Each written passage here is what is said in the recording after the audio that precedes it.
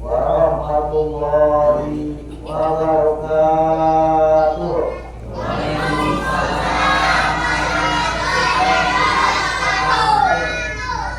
Bismillahirrahmanirrahim. Masyaallah.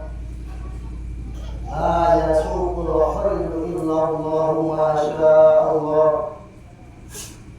Bismillahirrahmanirrahim. Masyaallah. Maka min ni'matin faminallahi masyaallah. Bismillahirrahmanirrahim. La yasbiqu su'a illallah masyaallah. Bismillahirrahmanirrahim. La haula wa la quwwata illa billah. Bismillah. Innal hamdalillah nahmaduhu wa nasta'inuhu wa nastaghfiruh wa na'udzu billahi min shururi anfusina wa min sayyiati a'malina. May yahdihillahu fala mudilla lahu wa may yudlil fala hadiya lahu. Asyhadu an la ilaha illallah wahdahu la syarika lahu wa asyhadu anna sayyidana Muhammadan abduhu wa rasuluhu wa safiyuhu wa khaliluhu arsalahu bil huda wa dinil haq liyudhhirahu 'ala ad-din kullihi walau karihal musyrikun. Allahumma sholli wa sallim wa barik ala sayyidina Muhammadin ibtil qulub wa dawaiha wa afiyatul abdan wa shifaiha wa nuril absar wa fiyaiha wa qutul arwah wa bidaiha wa ala alihi wa sahbihi wa sallim. Amma ba'd. Yang saya hormati Bapak Ketua DKM, yang saya hormati Ibu Ketua Majelis Taklim, dan yang saya hormati semuanya Bapak-bapak, Ibu-ibu hadirin sekalian. Mudah-mudahan berkumpulnya kita bersama di majelis ini menjadikan wasilah ampunan dan rahmat dari Allah Subhanahu wa taala. Amin ya Allah ya rabbal alamin.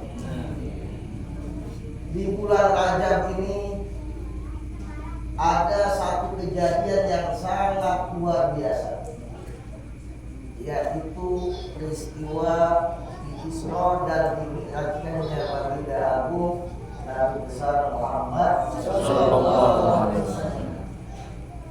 Malam Mi'raj adalah malam yang paling istimewa, khusus buat baginda agung Nabi besar Muhammad sallallahu alaihi wasallam, karena pada malam itu beliau mendapatkan tingkatan, mendapatkan kedudukan, mendapatkan keistimewaan dari Allah Subhanahu wa taala yang Allah tidak berikan kepada makhluk Allah manapun.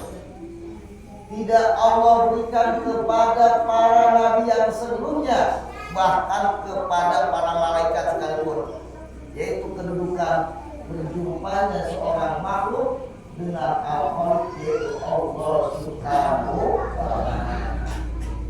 Sehingga malam Isra Mi'raj, malam Mi'raj, malam 27 ini kebetulan pas adalah malam yang paling istimewa, khusus buat baginda agung dan besar Muhammad SAW. Adapun malam yang paling istimewa buat umat Islam, yaitu malam Lailatul Qadar. Malam Lailatul Qadar. Isra itu artinya adalah Nabi diperjalankan mulai daripada Masjidil Haram sampai ke Masjidil Aqsa. perjalanannya Nabi daripada Masjidil Haram sampai ke Masjidil Aqsa ini diabadikan oleh Allah di dalam Al-Quran. Dalam surah Al-Isra ayat pertama, Subhanalladzi asra bi 'abdihi lailan minal masjidil haram ila masjidil aqsa alladzi barakna haulahu linuriyahu min ayatina innahu was-sami'ul basir.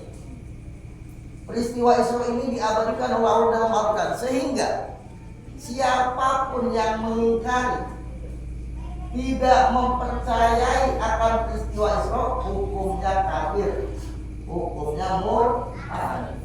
Kenapa? Karena peristiwa ini diabadikan oleh Allah di dalam Al-Quran. Ada Mi'raj, itu juga diceritakan oleh Allah di dalam Al-Quran dalam surah An-Najm, tetapi tidak secara terang-terangan sebagaimana Allah menceritakan peristiwa Isra. Dalam surah An-Najm, laqad ra'ahu najlatan ukhra inda sidratil muntaha indaha jannatul ma'wa al-hayat.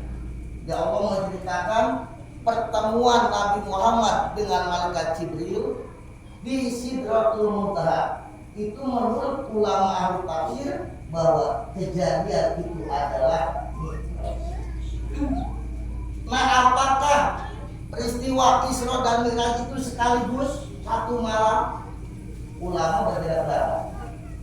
Ada yang mengatakan beda malamnya, tapi menurut pendapat mayoritas ulama, menurut pendapat kebanyakan ulama, Isra dan Mi'raj itu terjadi pada satu malam.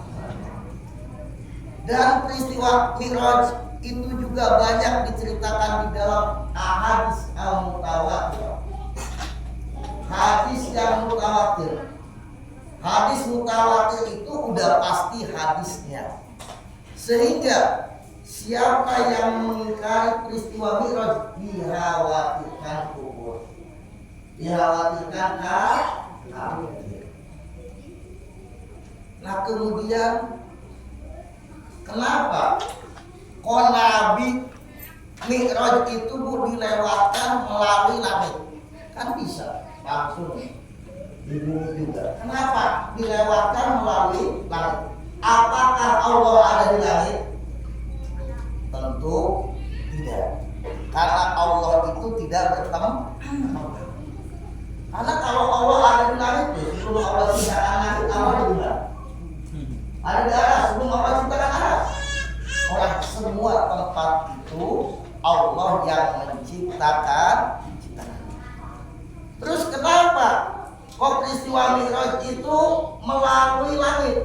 Karena bumi ini, Bu, yang tempat kita tinggal, walaupun tempat yang hina, tetapi di bumi ini dilahirkan kekasih Allah, makhluk Allah yang paling agung, makhluk Allah yang paling mulia, yaitu baginda agung Nabi besar Muhammad SAW.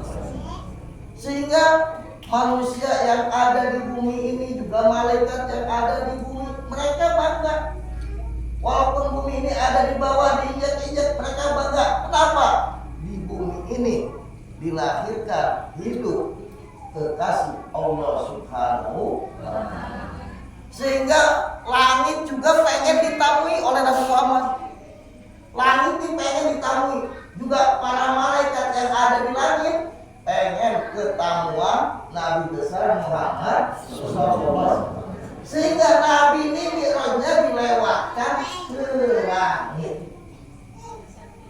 Sehingga dikatakan oleh ulama, tidak ada pun satu langit yang Nabi lewati. Dan Nabi melewati para anbiya, para mursalin, para malaikat, kecuali mereka semuanya mengucapkan selamat, memberikan kabar gembira, menyambut dengan bahagia, dengan memuliakan kepada baginda agung Nabi besar Muhammad SAW. Kemudian apakah Isra Mi'raj itu ruhnya saja, apa jasad sama ruhnya. Maksudnya kalau ruhnya aja dalam mimpi. Ulama hilang. Ada sebagian yang mengatakan bahwa Isra Mi'raj itu hanya ruhnya aja dalam mimpi. Tetapi menurut pendapat yang mayoritas, pendapat yang umum, bahwa Isra Mi'raj Nabi sallallahu alaihi wasallam itu ruh dan jasadnya dan Nabi dalam keadaan terjaga. Bukan ibu, Nabi dalam keadaan terjaga. Karena itu Allah sebutkan subhanallahi asra bi abdihi, bahasanya bi abdihi. Yang namanya abdun, orang hamba, itu ada ruh dan jasad. Kalau ada jasad doang nggak ada ruh, namanya mayit. Allah nggak katakan subhanallahi asra bil mayit, ya, tapi bi abdi. Laginya, kalau seandainya Isra Mi'raj itu hanya mimpi, nggak mungkin orang kafir betul nanya sama kanjeng Nabi, wahai Nabi Muhammad, kalau engkau betul ke Masjidil Aqsa, ada berapa pintunya Masjidil Aqsa? Ada berapa jendelanya Masjidil Aqsa? Ada berapa tiangnya Masjidil Aqsa? Nabi jawab semuanya, Bu. Tiangnya ada sekian, pintunya ada sekian, jendelanya ada sekian, dan ternyata karena kalau misalkan Nabi cerita, Nabi mimpi Isra, nggak mungkin orang sampai nanya begitu.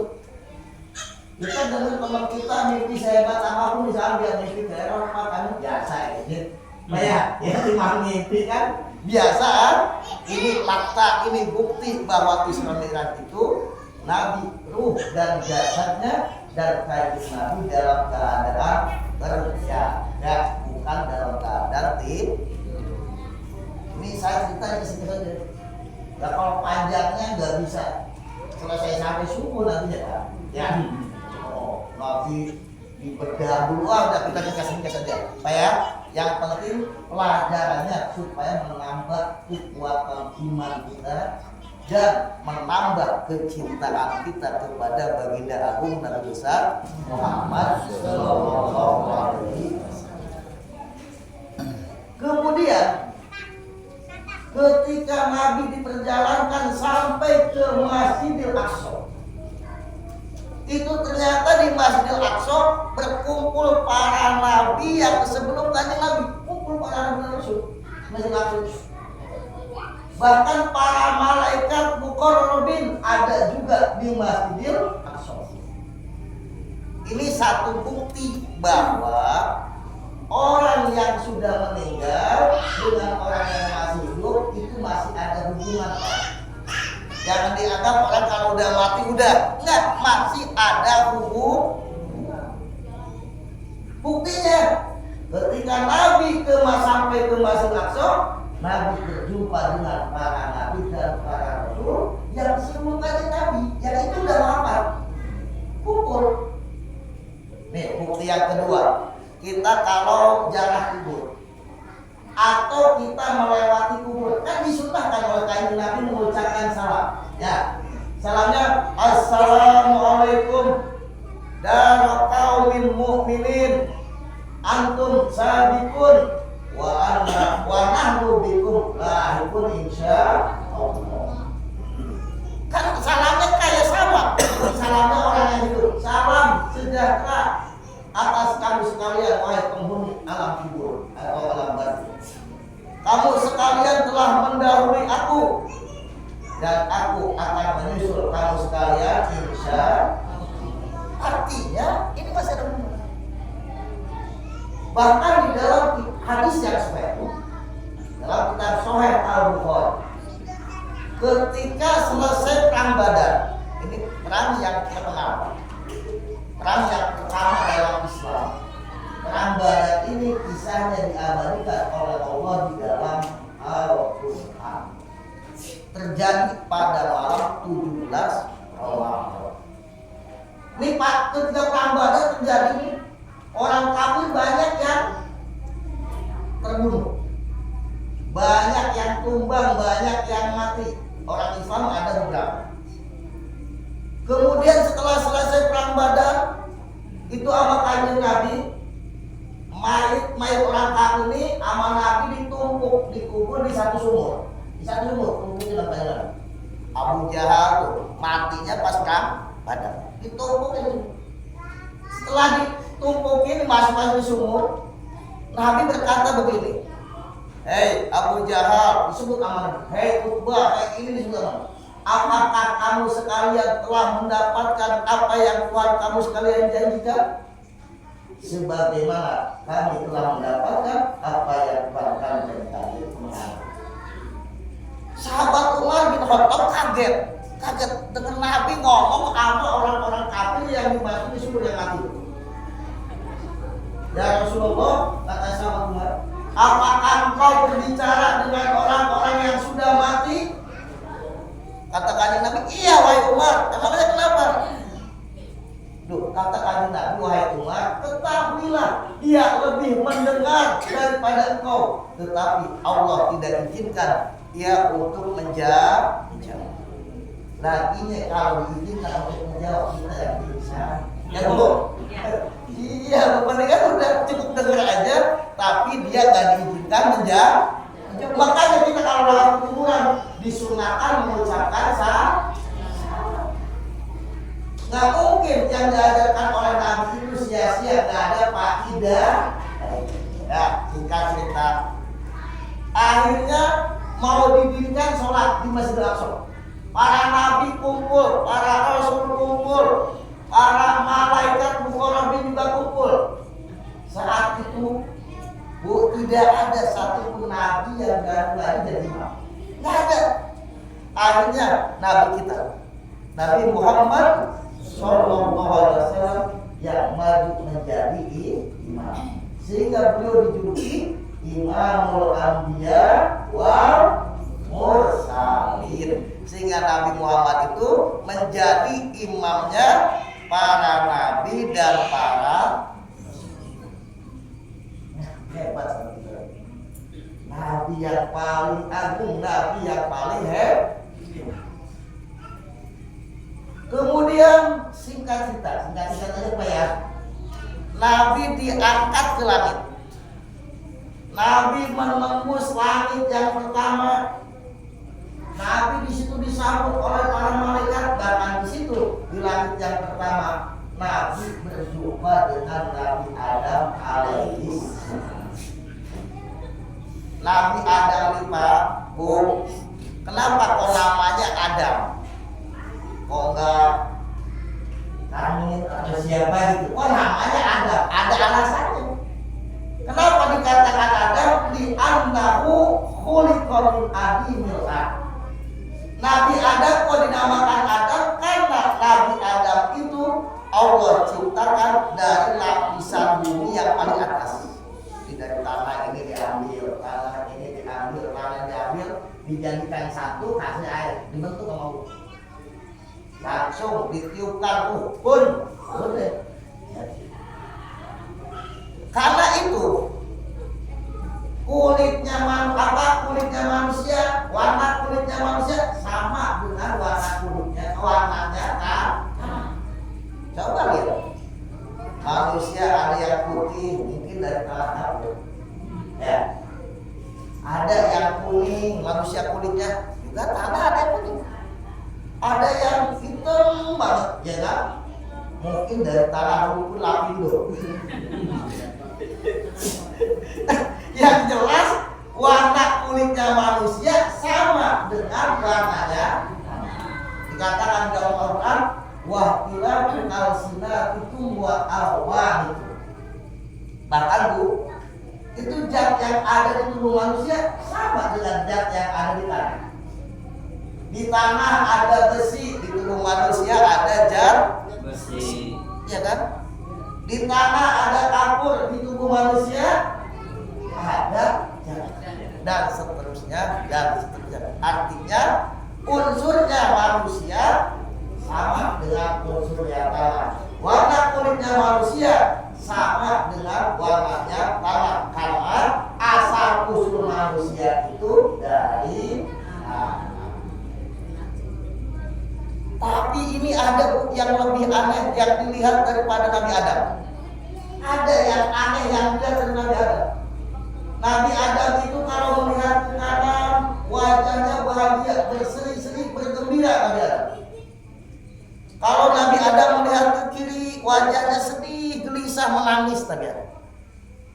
Maka Kanjeng Nabi bertanya kepada malaikat Jibril yang mendampingi beliau, "Ya Jibril, itu datuk Adam kenapa?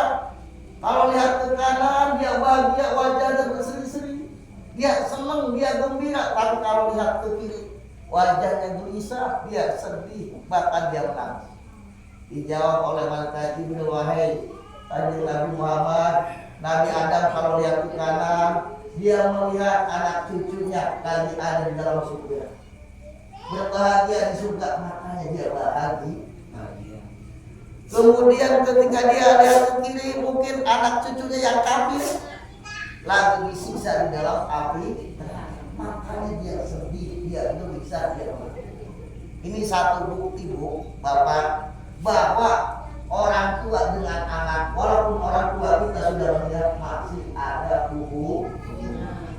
Buktinya Nabi Adam, bapak kita nih, bapak moyang kita, masih tetap ada hubungan dengan anak cucu. Jadi jangan dikira orang tua kita yang sudah meninggal itu nggak ada hubungan dengan kita. Ada. Orang tua kita di alam barzah, kalau kita ngaji begini, dia senang di alam barzah. Dia bergembira ketika kita baca Quran, ketika kita zikir, melakukan amal-amal yang soleh. Orang tua kita, kakek moyang kita yang sudah meninggal di alam barzahnya dia. Tetapi ketika kita minum keras, main judi, di slot, di efek, ya kan? Ketika kita bermaksiat, durhaka kepada Allah, orang tua kita di alam barzahnya sedih, gelisah, kesel, punya anak seperti ini. Karena itu yang banyak berbuat baik, supaya orang tua kita yang sudah meninggal bahagia di alam ini. Dikatakan oleh Allah di dalam Al-Quran, "Wa qul malu fasayarallahu a'malakum wa rasuluhu wal mu'minun." Katakan oleh Muhammad, silakan kamu berbuat apa saja, ketahuilah Allah dan Rasulnya menyaksikan perbuatan kamu sekalian, dan orang-orang mukmin juga yang sudah meninggal menyaksikan. Jadi jangan dikira bapak kita yang sudah meninggal, kakek kita yang sudah meninggal nggak melihat kita. Itu dalilnya adalah Al-Quran. Ya, kita baca. Kemudian Nabi naik lagi ke langit yang kedua. Di langit yang kedua Nabi bertemu dengan Nabi Isa dan Nabi Yahya. Wajahnya serupa Nabi sama Nabi Yahya. Karena memang masih famili. Neneknya Nabi Isa. Nabi Isa itu binti Maryam. Maryam binti Hana. Hana ini dengan ibunya Nabi Yahya kakak tadi. Ya, jadi dengan istri Nabi Zakaria, ibunya Nabi Yahya, neneknya Nabi Isa kakak tadi. Sejaman begitu. Nabi Isa ini beliaunya puncaknya dokter. Penyakit apapun sama Nabi Isa sembuh. Tapi hidupnya paling miskin sedunia. Kenapa? Karena beliau tidak menginginkan harta. Kalau beliau menginginkan harta, ini setiap harinya yang berobat kepada Nabi Isa 50.000 orang. 50.000 banyak tuh Pak. 50.000 gratis. Oke, gratis parkir aja misalkan 2.000. Berobatnya gratis, parkirnya doang 2.000 Pak ya. Kalau 50.000 berapa? Berapa juta? Model berapa tuh? Hah? Kalau itu dari parkirnya aja udah kan? Gratis. Nabi Isa ini terkenal Nabi yang sangat jujur. Nabi Isa ini kenapa dikatakan Al-Masih? Kan Isa Al-Masih. Karena nggak punya rumah Nabi Isa. Jalan kemana dakwah, menyebarkan agama Islam. Makanya Nabi Isa dikatakan Al-Masih. Dan nanti insya Allah Nabi Isa akan turun lagi dari zaman untuk memerangi dan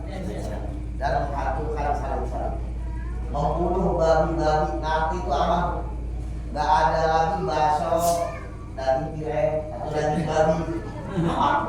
Kalau sekarang kan lu hati-hati, bakso murah buat jasa nggak tahunya dagingnya daging epil. Kalau zaman Nabi Isa itu aman, dibunuhin semuanya sama Nabi Isa alaihis. Kalau Nabi Yahya ini Nabi yang luar biasa. Nabi Yahya ini senengnya kalau Nabi Yahya kumpulnya sama orang baik. Kenapa? Karena Nabi Yahya enak kalau kumpul orang baik. Masih bicara Nabi Yahya. Kalau Nabi Isa enggak, kumpulnya nih sama orang-orang nakal. Kenapa? Karena kata Nabi Isa, aku ini dokter. Dokter itu mesti mencari orang yang sakit, ngobatin, cari orang nakal, diobatin supaya jadi masuk Islam. Jadi orang yang baik. Ya. Kemudian Nabi naik lagi ke langit yang ketiga. Di langit ketiga bertemu dengan Nabi Yusuf alaihissalam, Nabi yang paling ganteng. Nabi Yusuf kalau saya paling jelek. Itu Nabi yang paling ganteng. Dikatakan Bu Nabi Yusuf nih, kalau kegantengan itu ibarat apa bola, separuhnya untuk Nabi Yusuf sendiri 50%. Yang 50%-nya bagi-bagi buat manusia seluruh dunia. Kira-kira kita kebagian yang dari dulu sampai sekarang, sampai yang ada. Jadi gantengnya luar biasa. Nabi Muhammad pun mengakui, walaupun tentunya Nabi Muhammad lebih ganteng daripada Nabi Yusuf. Kalau Nabi Yusuf 50%, Nabi Muhammad 100%. Tapi Nabi Muhammad ngaku itu kan. Loh, Nabi Yusuf ini saking gantengnya. Pernah Siti Julaiha nih, itu dia mau beli Nabi Yusuf masih budak gitu. Hamba sahaya ya, masih kecil. Dibeli sama Siti Julaiha. Dipiara hidup di rumahnya Siti Julaiha. Siti Julaiha ini istrinya menteri. Makin Nabi Yusuf makin gede, makin seneng aja Siti Julaiha. Makin gede, makin kokoh, makin bohong. Ada suatu hari Nabi Yusuf sedang disuruh nyapu di kamar. Pas nyapu di kamar begitu, Pak, itu Siti Julaiha masuk, dikunci pintunya. Itu Nabi Yusuf dikejar-kejar sama Siti Julaiha, mau diperkosa. Nabi Yusuf lagi begitu kejar-kejaran begitu, suaminya datang ke Nabi, ayo lu. Itu langsung Siti Julaiha menangis.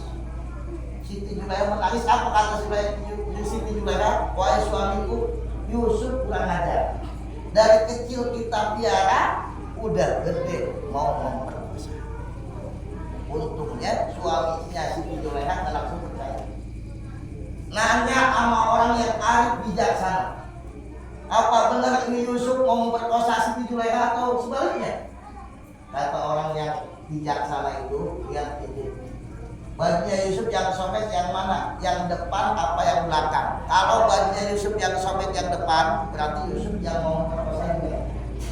Tapi kalau bajunya Yusuf yang sobek yang belakang, berarti Julaiha yang mau memperkosa Nabi Yusuf. Ternyata yang sobek yang belakang. Kalau yang sobek yang belakang itu kan Nabi Yusuf lari dikejar, ditarik baju. Tapi kalau yang sobek yang depan, Nabi Yusuf yang merangkul, ditarik baju. Akhirnya tetap yang namanya rakyat berperkara sama pemerintah mesti yang disalahkan, ya kan? Tetap Nabi Yusuf masuk penjara. Itu Pak, Siti Julaiha dihina, diejek, sekarang itu dia dibully sama gadis-gadis yang ada di lingkungan kota Mesir. Dibully Siti Julaiha. Julaiha seleranya senangnya apa pembantu perempuan, cantik, terhormat, istri pejabat, tapi seleranya senang sama pembantu. Panas kupingnya Siti Julaiha, Pak, dihina begitu. Akhirnya itu gadis-gadis yang ada di lingkungan istana Mesir dikumpulin kumpulin di rumahnya, Pak. Habis kumpul kasih buah apel satu-satu. Habis itu kata Siti Julaiha, silakan makan, kupas buah apel. Lagi kupas buah apel, Nabi Yusuf dikeluarin. Lewat doang. Itu kata gadis-gadis itu, ma hada basarun walakin hada malakun. Ini bukan manusia. Belum pernah melihat manusia setampan ini malaikat, dianggapnya malaikat. Dan ternyata yang dikupas itu Pak bukan buah apel, tangannya berdarah, darah tidak terasa. Kenapa? Terbius dengan ketampanan Nabi Yusuf alaihissalam. Oh, kalau kita cerita kepanjang, karena itu satu surah Allah menceritakan Nabi Yusuf ini mulai kecil sampai jadi nabi. Kalau Allah menceritakan Nabi Yusuf kan terpisah-pisah. Kalau Yusuf anak khusus surah, Yusuf Allah ceritakan dari kecil sampai menjadi raja. Kemudian Nabi Muhammad SAW naik lagi ke langit yang keempat. Di situ Nabi bertemu dengan Nabi Idris alaihissalam. Nabi Idris ini nama aslinya adalah Kenapa kau dikatakan Idris? Karena senang baca kitab. Senang ngedres. Dari ngedres itu jadilah Idris. Dan Nabi Idris inilah Nabi yang pertama membuat pakaian. Pakaian baru. Nabi Idris nih bikin pakaian, kalau udah jadi dia kasih sama orang yang gak punya pakaian. Bikin lagi udah jadi kasih. Itu Nabi Idris alaihissalam. Dan Nabi Idris ini menurut para ulama belum apa? Diangkat di langit, ada di langit ya gem. Wakana Idrisu makanan India. Kemudian naik lagi Nabi Muhammad ke langit yang berapa, Bu? Langit yang kelima. Di situ ketemu dengan Nabi Harun. Nabi Harun ini Nabi yang lemah lembut. Bicaranya enak, kalau bahasa sekarangnya ahli diplomasi. Makanya ketika Nabi Musa mau dakwah ke Fir'aun, Allah perintahkan untuk bersama dengan Nabi Harun.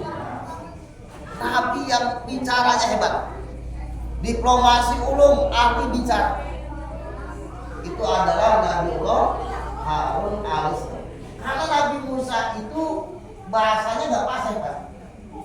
Nabi Musa ini ngomongnya nggak pati jelas. Kenapa? Karena Nabi Musa itu kan dipiara oleh Fir'aun ya. Dipiara oleh Fir'aun sama istrinya Siti Asi. Itu Nabi Musa masih kecil. Nabi Musa ini masih kecil ini udah kuat. Fir'aun lagi bercandain Nabi Musa gitu, cilu banget ya. Kalau anak kecil kan, itu sama Nabi Musa ditarik jenggotnya Fir'aun. Sampai wah udah mau mati Fir'aun, melotot mata ditarik jenggot. Akhirnya waktu itu Nabi Musa kecil ini mau dibunuh Fir'aun. Kata istrinya jangan. Dia belum ngerti, cara dia belum dibayar. Belum ngerti, belum paham. Kalau nggak percaya wahai Fir'aun tes, akhirnya dites.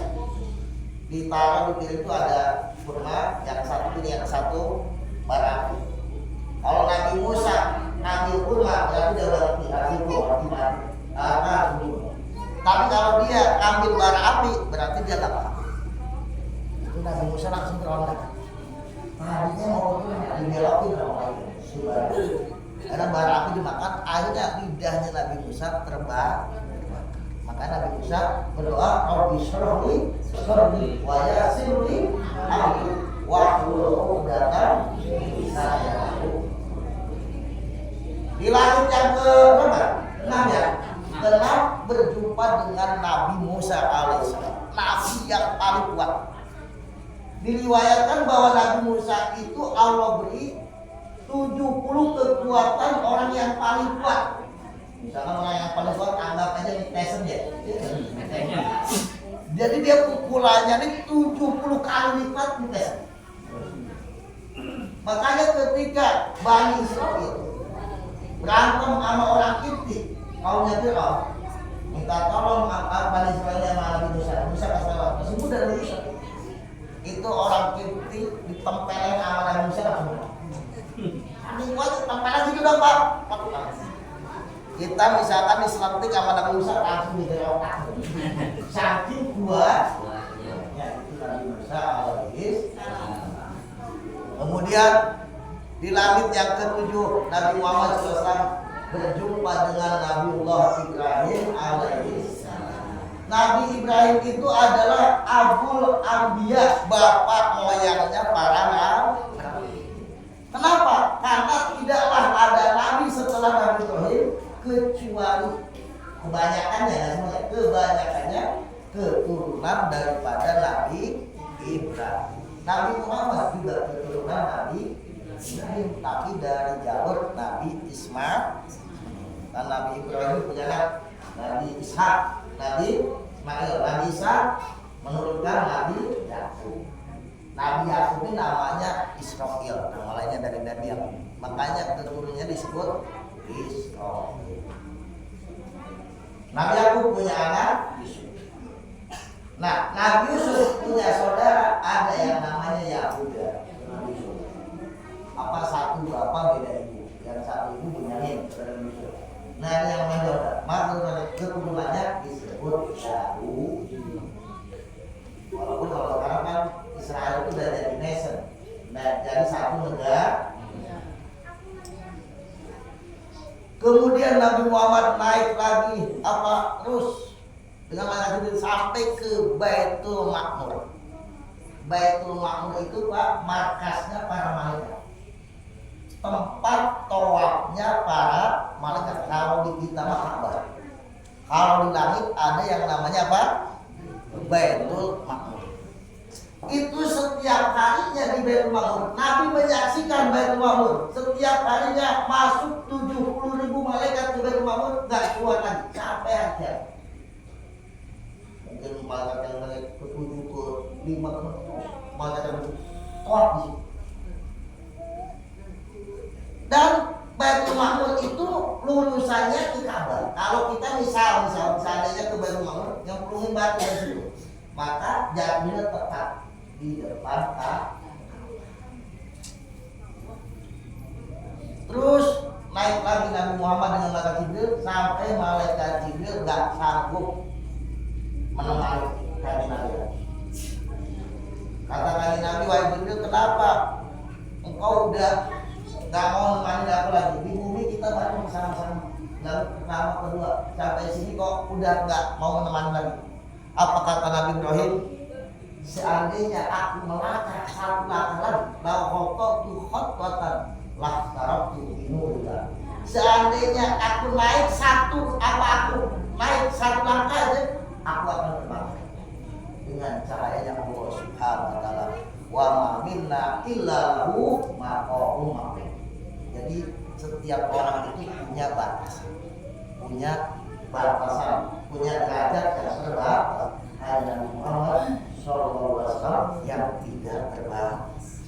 Nabi kita ini hebat, Pak. Beruntung kita punya Nabi dan besar Muhammad sallallahu alaihi wasallam. Akhirnya singkat cerita sampailah Nabi Muhammad ke Hadratul Qudsi. Jadi awalnya gak tempat, jadi kita cerita aja. Awalnya gak tempat. Nabi sampai ke Hadratul Qudsi. Bahkan dikatakan oleh para ulama Nabi ini menghadap Allah dengan sendal-sendalnya. Dengan sendalnya. Lalu Nabi Musa itu ketika mau mendengarkan kalamnya Allah, Nabi Musa terkenal kan? Allah Musa taklim. Allah berbicara langsung dengan Nabi Musa. Nabi Musa pernah mendengar kalam. Begitu nikmat luar biasa. Itu berada di Gunung Turisina. Mau mendengarkan kalam Allah di Gunung Turisina di daerah Palestina.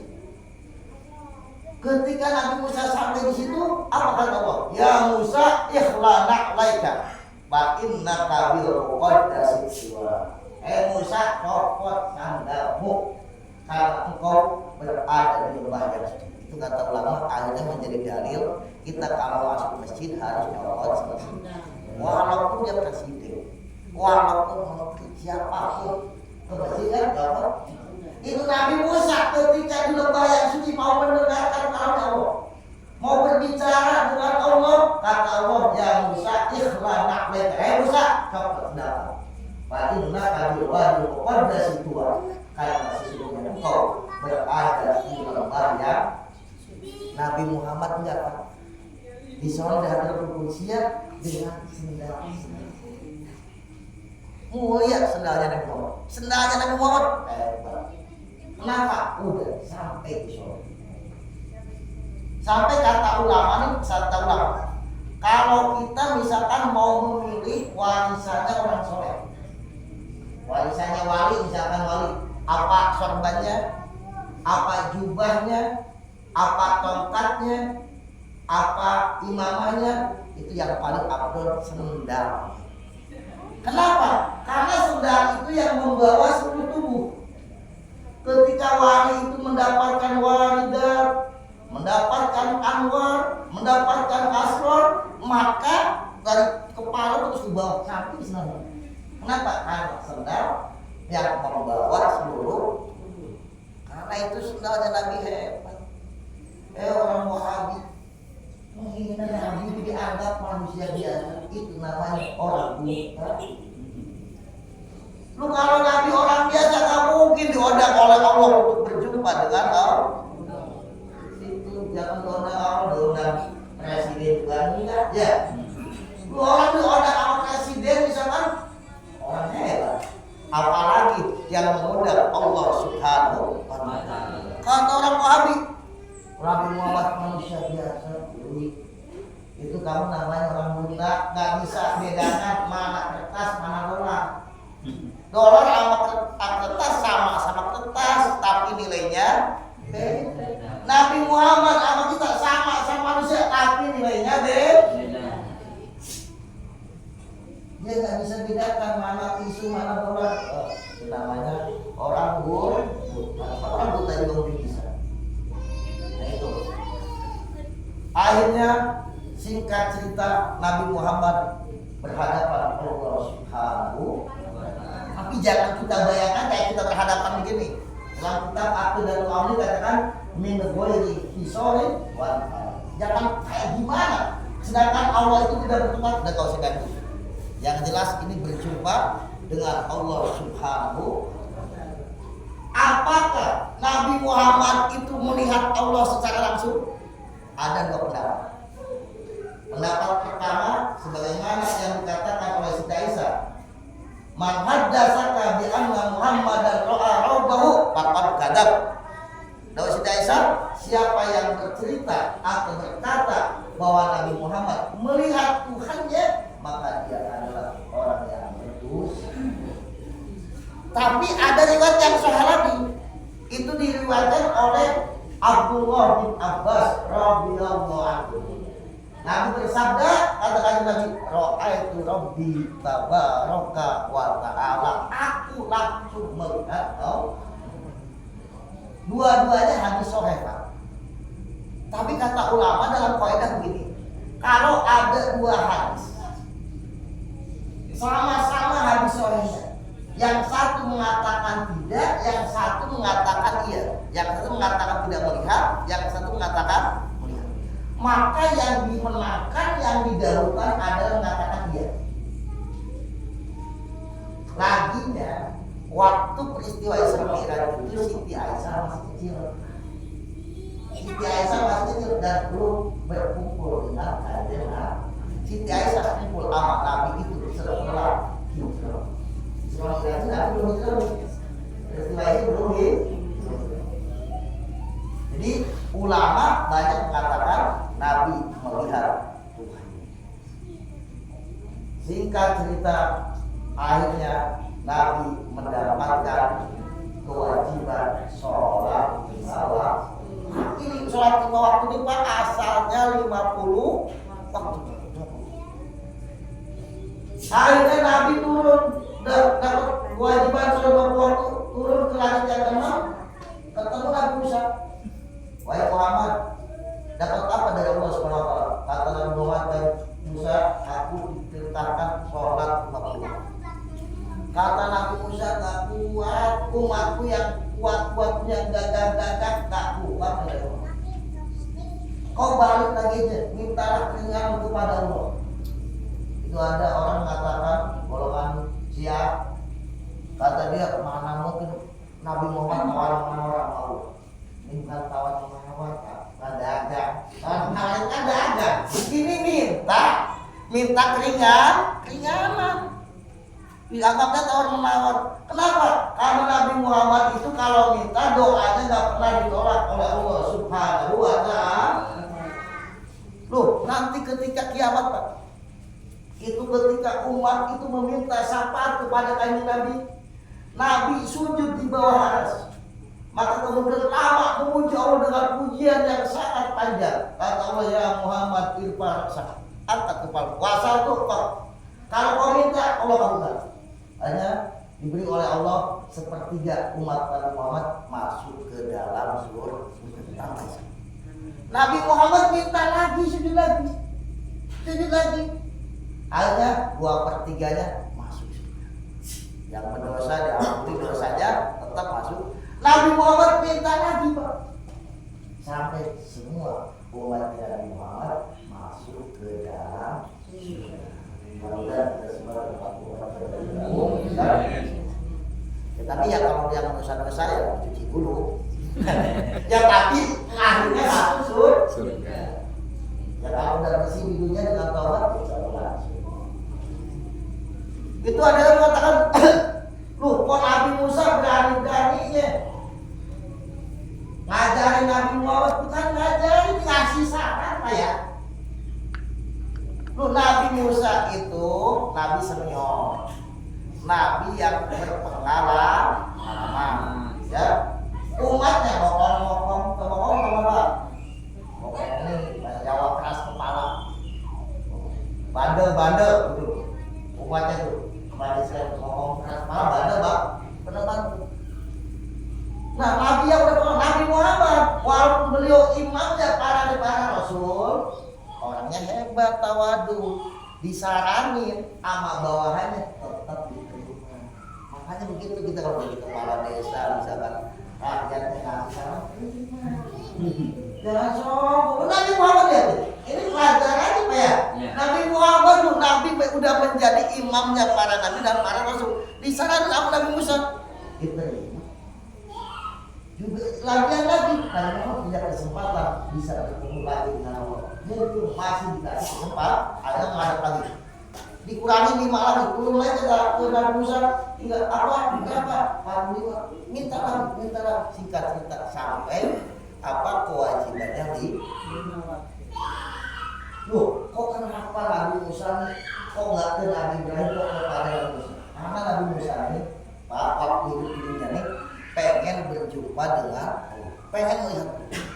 Jadi Nabi Musa ini setelah mendengar kalamnya Allah begitu ingat, itu Nabi Musa ini bertahun-tahun mau tutupi. Kalau dengar perkataannya manusia bisa. Lalu setelah mendengar Allah, kayak kita udah minum madu yang manis, minum kopi gitu, kerasa manis. Ya, padahal itu kasih manis kan udah manis. Ya misalnya bapak-bapak udah dengar suara artis yang ingat, dengar suara saya itu lupa. Begitu. Saking udah nikmat. Itu Nabi Musa begitu. Udah mendengar kabar nikmat, akhirnya dia minta kepada Allah, Rabbi arini anzur ilaik, ya Allah izinkan aku untuk bisa melihat Kau. Kata Allah Pak, olah lantaran, gak bakalan bisa Musa, gak bisa. Nabi Musa tetap menunggu.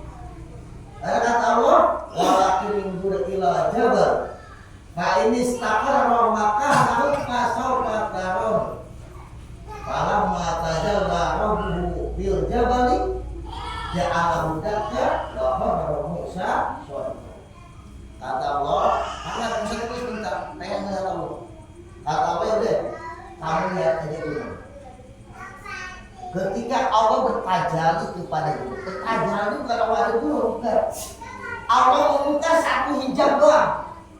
Padahal Allah tertutup 70.000 hijab. Baru dibuka hijabnya satu doang, itu udah banyak bertajalli ke gunung.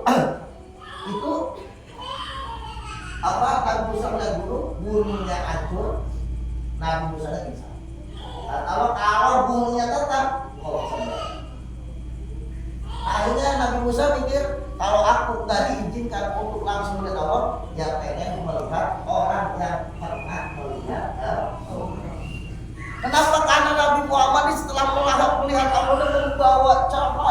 luar biasa.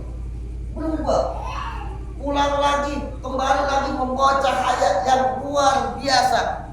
Jadi akhirnya Nabi Musa nyari kesempatan supaya bisa lama-lama berjumpa dengan Nabi Muhammad alaihi gitu. Jadi Nabi Muhammad langsung mendapatkan tingkatan yang tidak Allah berikan kepada makhluk manapun, yaitu mendengar kalam Allah dan melihat. Dan juga Allah sampai ketika Nabi Muhammad berjumpa dengan Allah ini, Nabi Muhammad kan dengan Allah berkata, At-tahiyatul mubarakatus sholawatu thayyibatu. Itu apa dijawab oleh Allah? Assalamu alayka ayyuhan nabiyyu wa rahmatullahi wa barakatuh.